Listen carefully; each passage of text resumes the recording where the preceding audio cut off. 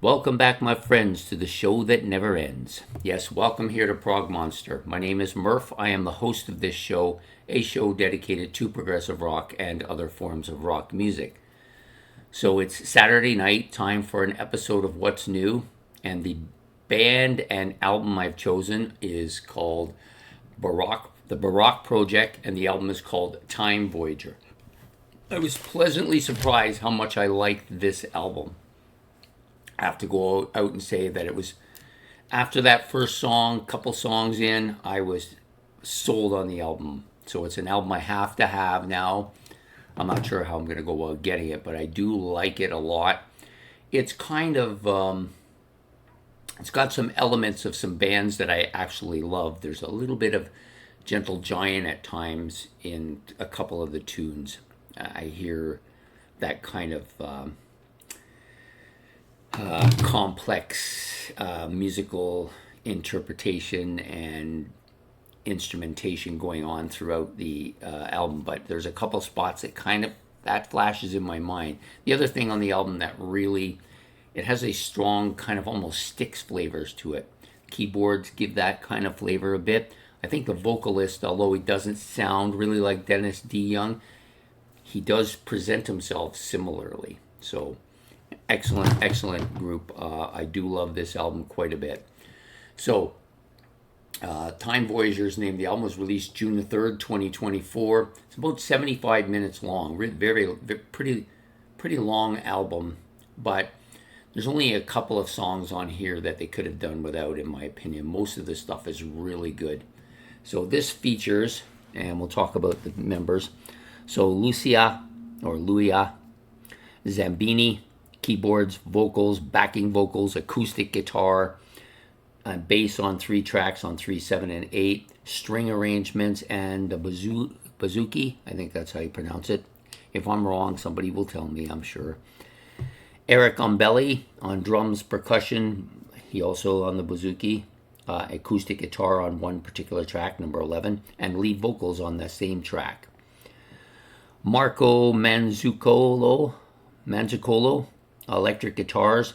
Alex Mari, lead vocals and backing vocals. Francesco Calabo, I think that's how you say it, on bass. Then you have a couple of guest musicians on here. Alexandrio Bonetti on violin, and Manuel Calimi on saxophone on one of the tracks as well. So obviously this is, I believe, an Italian band. I didn't see any reference to that, but I'm pretty sure they're an Italian prog band. Lots of good stuff here. Like the vocals are strong throughout the album.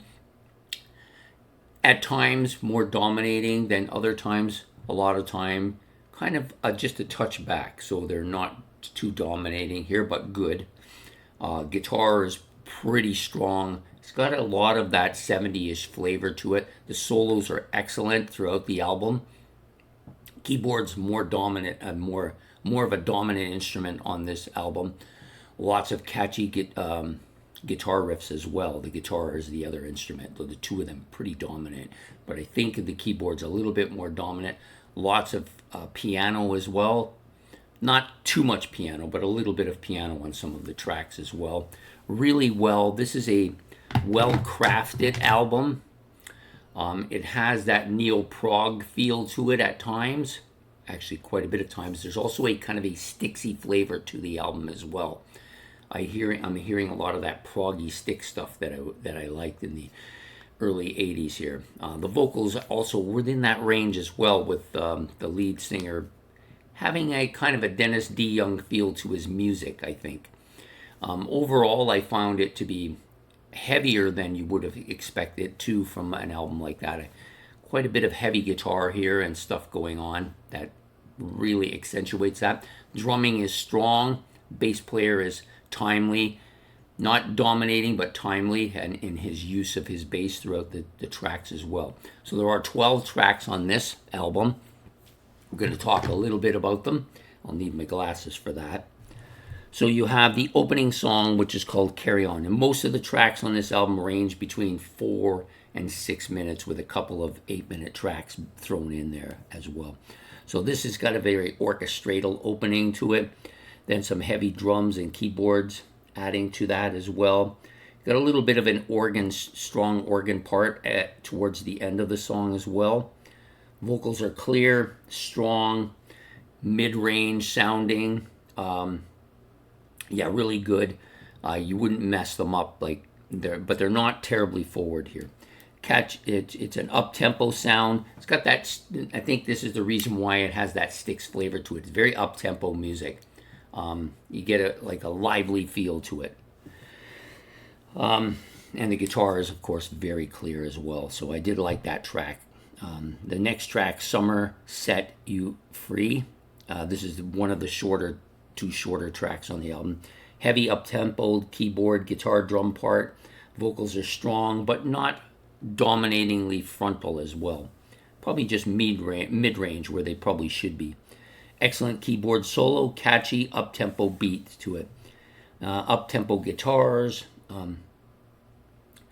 Yeah, the solo is on this particular track is quite catchy as well. I like this track just a tiny bit more than the lead-off one. Then we have An Ordinary Day's Odyssey. This is a heavily dominated up-tempo keyboard track. Bass is strong at times on this particular track.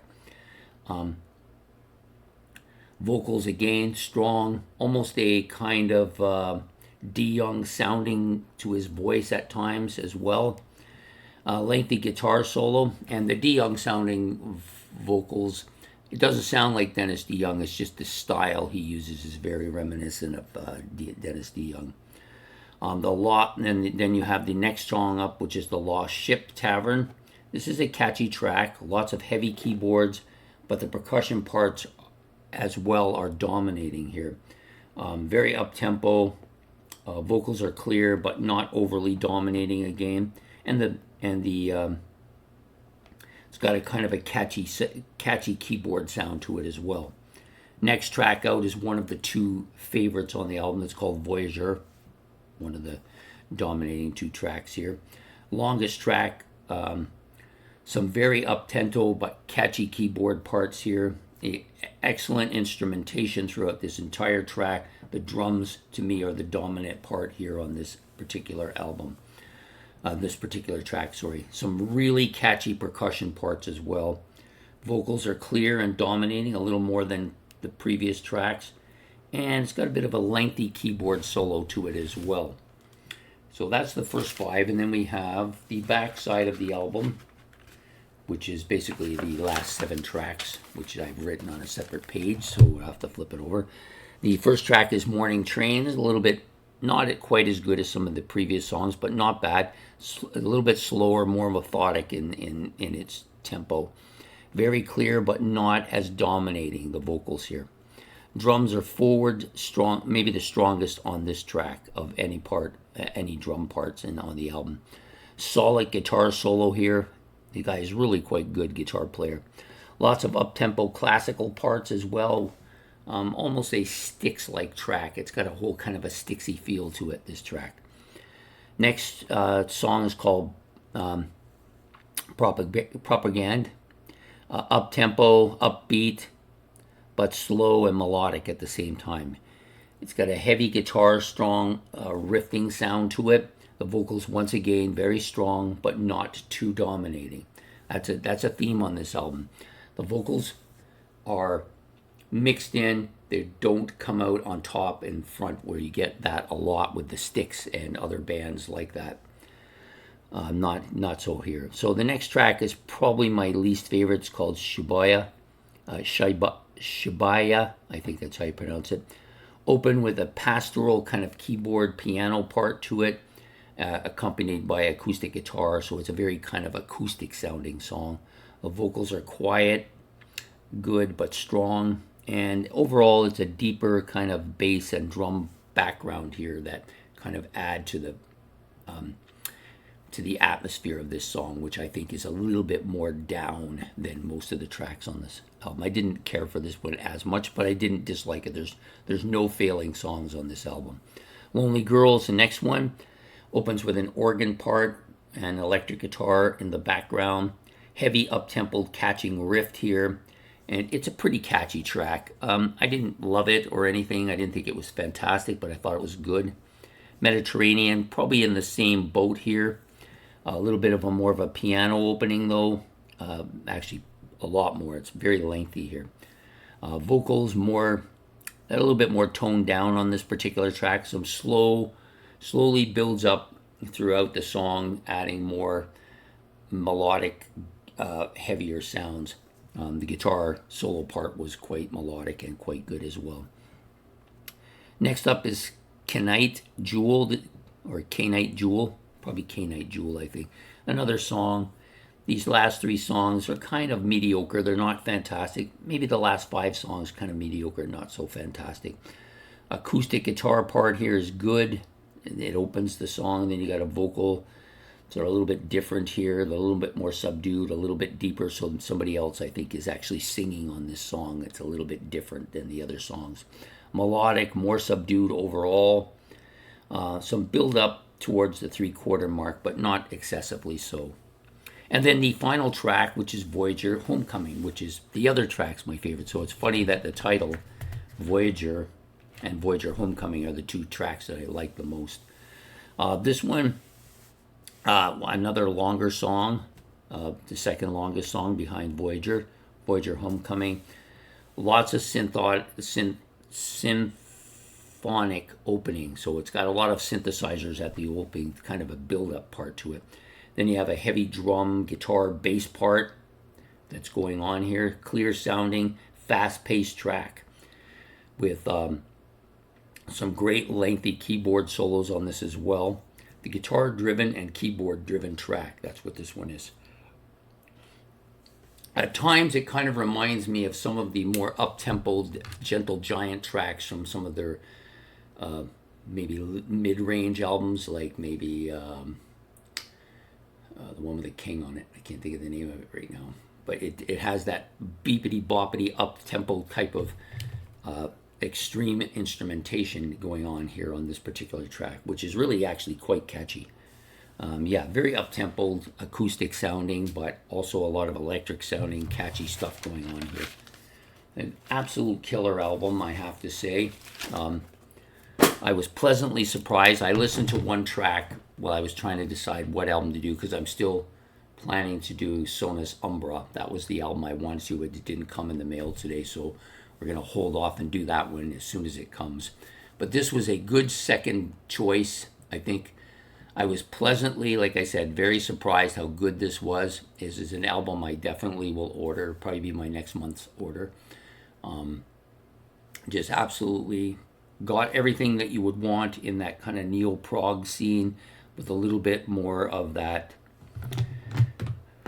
maybe pastoral kind of acoustic sounds going on as well. So it's a nice blend of both of these. If you like, I'm a big fan of that neo-prog scene. I'm also a big fan of some of that pastoral stuff that Pink Floyd did, and some of the Gentle Giant stuff. That older, that kind of quieter, more classical instrumental stuff. I'm a big fan of both of those, and this band mixes that stuff well together.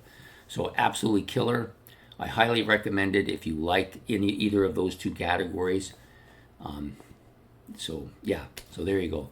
So that's it for this week on What's New. The album Time Voyager by Barock, the Barock Project. Absolutely killer. It's been a while since this has been out, a couple months now. I wanted to do it earlier on, but you got so many good stuff to choose from, and you just can't always get it all. But this is definitely one of those albums. I think this is almost a sure top 10 for the year. When I do the final top 10 for the year, I think this album is almost a shoe to get in there. So anyways, I hope you've enjoyed this. If you have, please hit the like and subscribe. That's much appreciated. That helps me a lot, and it shows me there's an interest in what I'm doing. If you like if you want to make any comments about this album, if you've had any experience with it, please put the comments below, and hit the notification bell. And we will see you next Saturday night with another episode of What's New. So take care and have yourself a good one. Goodbye.